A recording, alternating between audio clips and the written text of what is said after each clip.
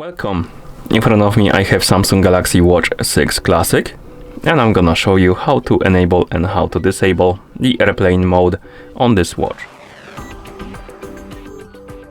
First, we need to wake up the screen on our watch, and you can do it by pressing the power button.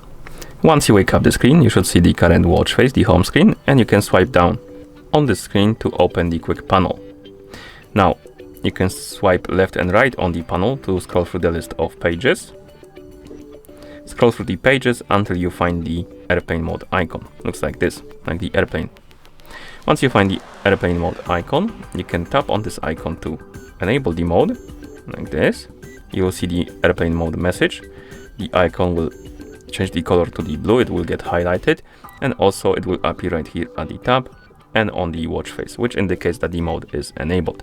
And if you want to disable any mode, open the quick panel, find the airplane mode icon, tap on it, the icon will go back to the gray color and will disappear from here and also disappear from the watch face, which indicates that the mode is disabled. And that's how you enable and how you disable the airplane mode on this watch. Thank you for watching. If you found this video helpful, please consider subscribing to our channel and leaving the like on the video.